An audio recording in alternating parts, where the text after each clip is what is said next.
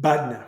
This is a term that I learned many years ago when I was reading books on CDs. That is back in the 2005 or so. I was driving back and forth between Buffalo and Worcester when I was doing my fellowship, so I could be with my wife who was staying in Worcester, and so I had to do something to keep myself entertained. So I bought this the audiobook on getting to yes, and that's where I first heard about BATNA. So BATNA is a very important term in negotiation. It's the best alternative to a negotiated agreement, and you always need to have a backup plan. You always need to know your BATNA, and the stronger you make your BATNA, the more leverage you have in any negotiation. And you should never, never agree to a deal that is worse than your BATNA. Okay, so in my situation, when I was looking at selling my practice, I had to know that what was my BATNA, and my BATNA was to not sell the practice.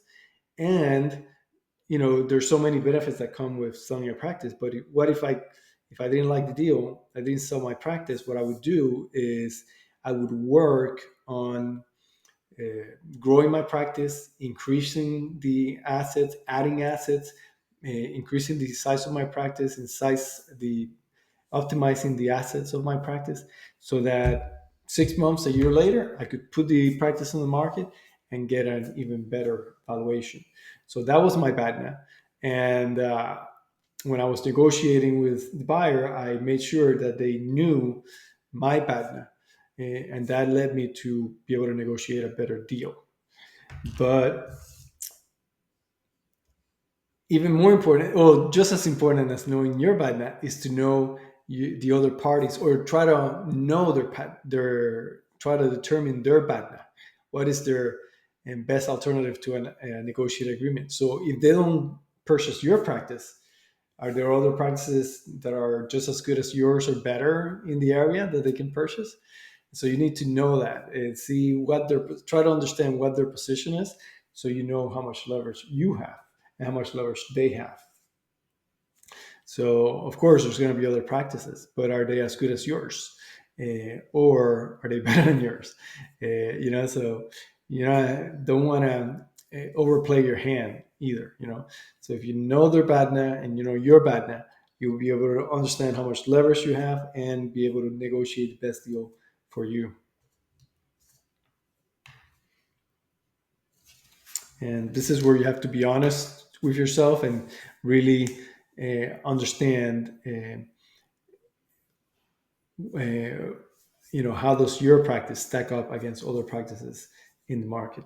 And you might want to determine, are there other buyers in the market? Maybe in your specialty there's not too many buyers, so then that means that your BATNA is not as strong, and they might want to go with a different practice.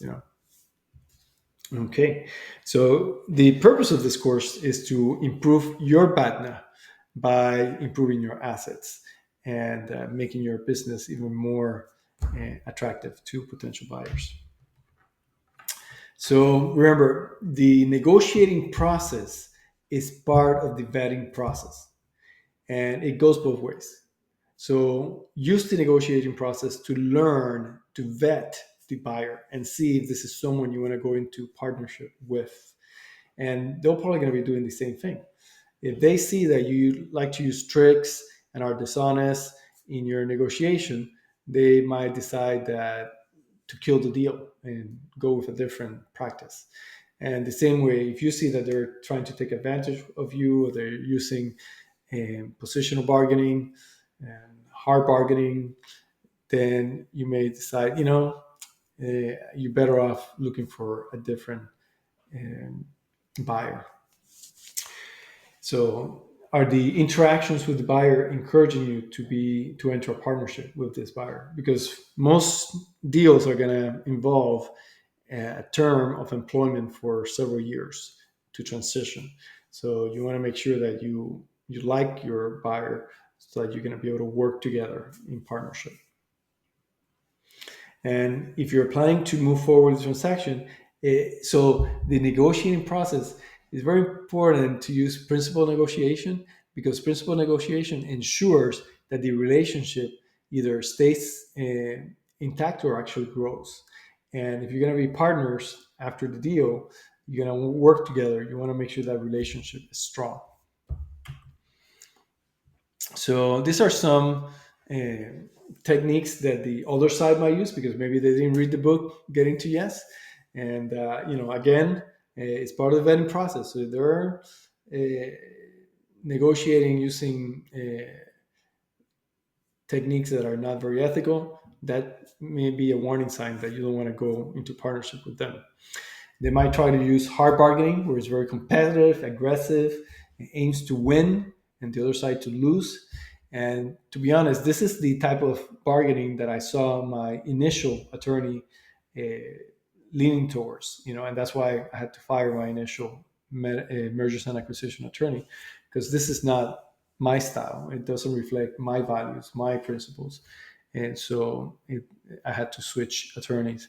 And but on the other hand, you don't want to do soft bargaining either, because then that's avoiding conflict, and you're making unnecessary concessions and getting a worse deal than you could be getting.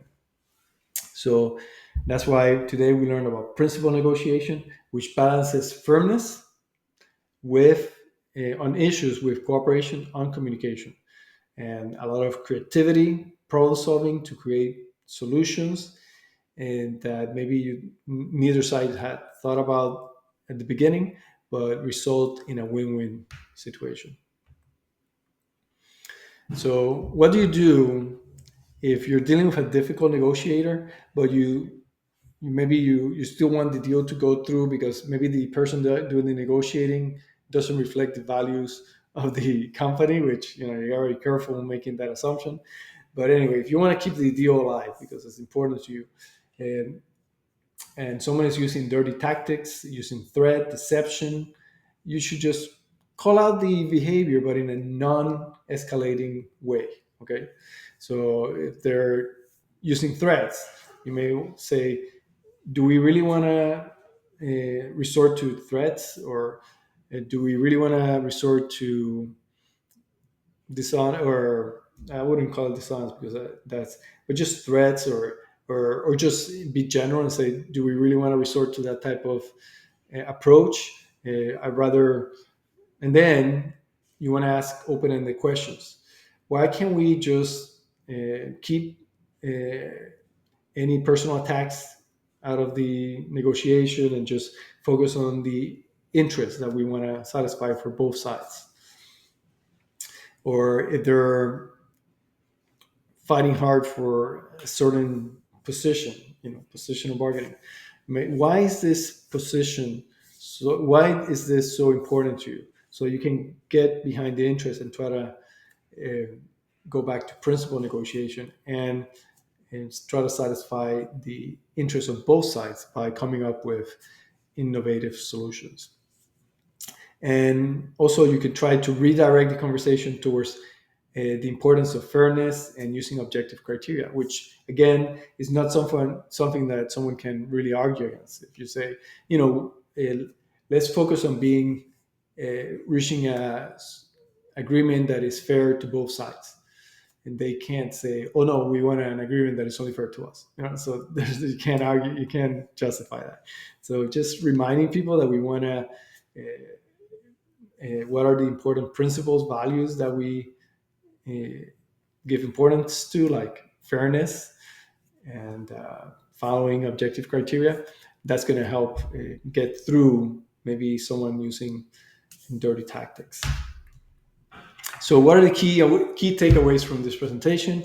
Is that principal negotiation is going to help you find mutually beneficial solutions rather than just compromising uh, on what you want, and that you want to separate emotions from the issues, very important, but you still want to build rapport and good communication with the other side. You want to focus on interest, not position. And if the other party is intent in focusing on positions, try to ask questions to get to the interest behind those positions and see if you can come up with a solution that benefits both sides. And whenever you're at an impasse, try to go back to objective standards, either guidelines, averages for the nation. Uh, Try to use objective guidelines to move forward when there's conflict on an issue. And principled negotiation will allow you to negotiate a better deal without damaging the relationship, which ultimately is very important if you're going to be partnering with this company and probably being an employee for a few years. So I love principal negotiation. I like the concepts that are involved with, or the principles that are involved with principal negotiation. I feel like it really leads to a win-win situation so that both sides can be happy. It really is based on a growth mindset, an abundance mindset, which is the way I choose to see things and stay mentally healthy and psychologically uh, well, And I think I haven't seen a situation where you can't really use a growth mindset to reach something that is mutually beneficial. And don't forget about the BATNA. Extremely important. Know your BATNA and know their BATNA. Try to figure out their BATNA so that you can know how much leverage you have and negotiate the best uh, agreement possible or best deal possible. Okay, so I think if you invest in these principles, in this technique, it's going to pay many times fold for you. Negotiation is so important. I know there's a natural aversion because we associate it with bargaining and positional bargaining. But when you look at it through the eyes or the perspective of principal negotiation, it's going to be fun. It's going to be intellectually stimulating, and it's going to lead for a better relationship with the buyer and a better deal for both of you. Well, hope this is helpful for you, and thanks for investing in your future. And this is going to be a great experience for you if you apply these principles. Thank you.